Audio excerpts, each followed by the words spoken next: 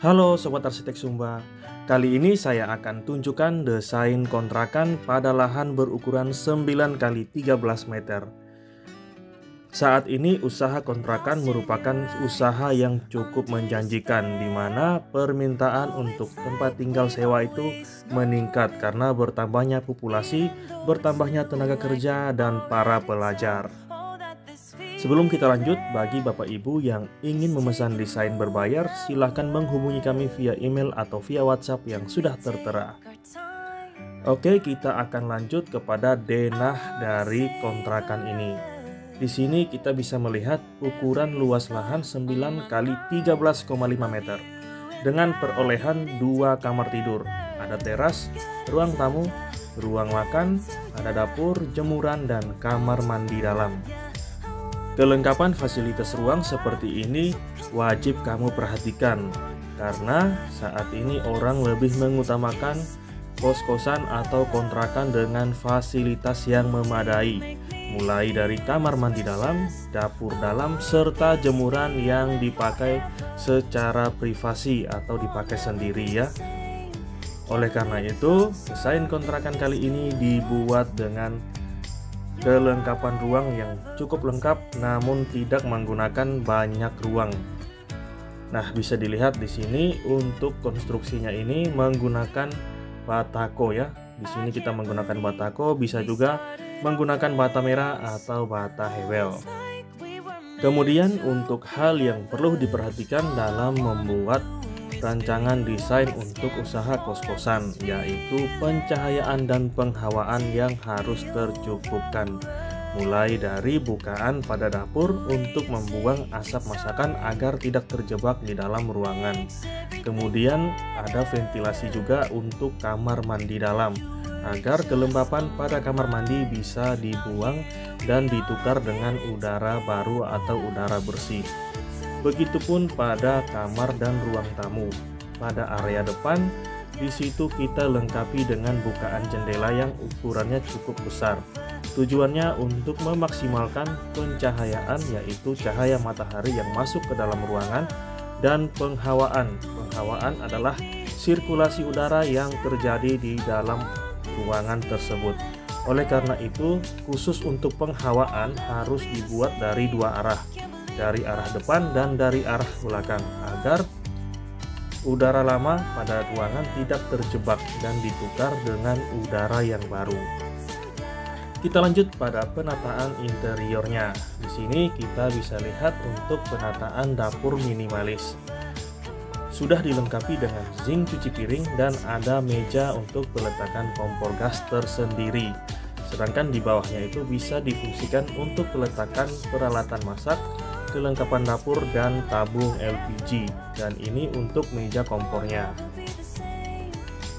Untuk dinding dapurnya sendiri, di situ kita lapisi dengan keramik agar dinding tidak dirusak oleh percikan air dan cipratan minyak saat memasak.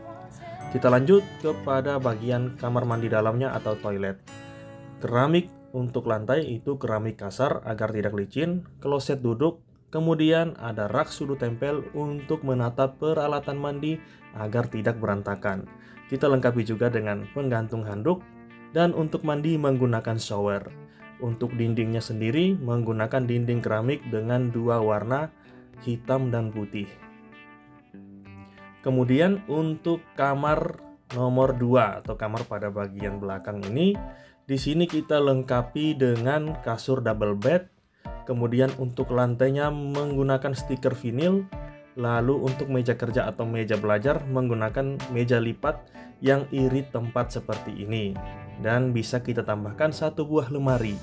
Untuk dindingnya sendiri, agar suasana kamar itu menjadi menarik, di situ kita menggunakan dinding wallpaper dengan motif seperti motif batik. Kemudian ini untuk ruangan bersantai keluarga ya, bisa untuk ruang bercerita atau kumpul keluarga, menerima tamu, atau bisa juga dijadikan meja makan. Nah, di area ini yang untuk menerima tamu. Tidak lupa kita tambahkan tanaman artifisial di sebelah sofa. Tanaman artifisial adalah tanaman palsu atau tanaman plastik agar suasana ruangan itu lebih fresh dan lebih hidup. Kita pindah ke kamar utama atau kamar nomor 1. Di sini kamarnya menggunakan double bed juga, ukuran lebih besar, dan jendelanya tidak lupa kita padukan dengan gorden polos blackout agar tampilannya lebih mewah dan elegan. Tidak lupa pada kamar utama terdapat lemari ukuran jumbo. Tidak dilengkapi dengan meja kerja atau meja belajar karena biasanya hanya dibutuhkan oleh anak sekolah ya kalau meja belajar tadi. Kemudian kita akan lanjut konstruksinya ini, konstruksi rangka plafon serta kuda-kuda. Di sini kita menggunakan kuda-kuda dari kayu. Kemudian untuk jarak gordingnya di sini menggunakan gording 5x10 dengan jarak pasang 80 cm karena kita menggunakan penutup atap senggelombang atau spandek. Tidak lupa kita kasih lisplang agar atapnya terlihat lebih rapi dan lebih solid. Untuk setiap kamarnya atau setiap terasnya di situ kita kasih pembatas agar area teras lebih privasi ya untuk masing-masing penghuni. Karena area teras biasanya dipakai untuk bersantai. Kemudian kita lanjut pada tampilan fasadnya. Nah, di sini fasadnya sederhana saja, perpaduan antara plesteran dan warna cat. Dan untuk jendelanya kita tambahkan architrave seperti itu. Jadi walaupun fasadnya sederhana tapi kelihatan elegan dan minimalis. Tidak lupa tambahkan taman kecil ya di depan kontrakan karena akan menambahkan suasana segar dan suasana fresh. Untuk area teras bisa ditambahkan kursi untuk bersantai atau dibiarkan polos atau kosong untuk duduk lesehan. Jadi seperti ini ya untuk tampilan keseluruhannya.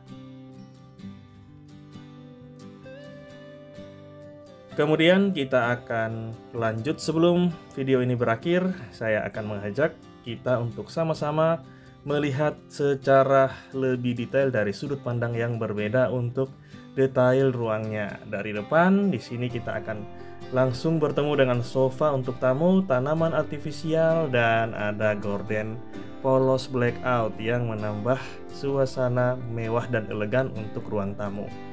Untuk ruangannya pun di sini menggunakan wallpaper ya untuk dindingnya, dan di belakang langsung terlihat dapur yang terlihat rapi, minimalis dan elegan.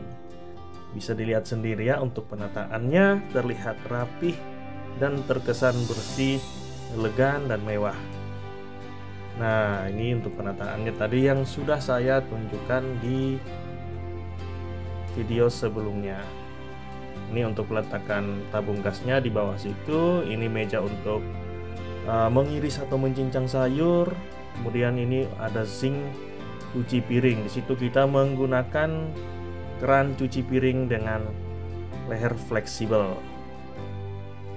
Kemudian ini untuk area kamar mandi dari sudut pandang yang berbeda. Itu posisi penataan peralatan mandi pada rak sudut tempel, dan itu posisi untuk showernya. Dindingnya ini kita padukan warna putih dan warna hitamnya. Kemudian ini penggantung handuknya, dan klosetnya kloset duduk. Tidak lupa kita tambahkan keset anti slip pada bagian kamar mandi dan dapur karena biasanya lantai di ruangan itu agak licin dan bisa menyebabkan kecelakaan. Terima kasih sudah menonton, sampai jumpa di video berikutnya.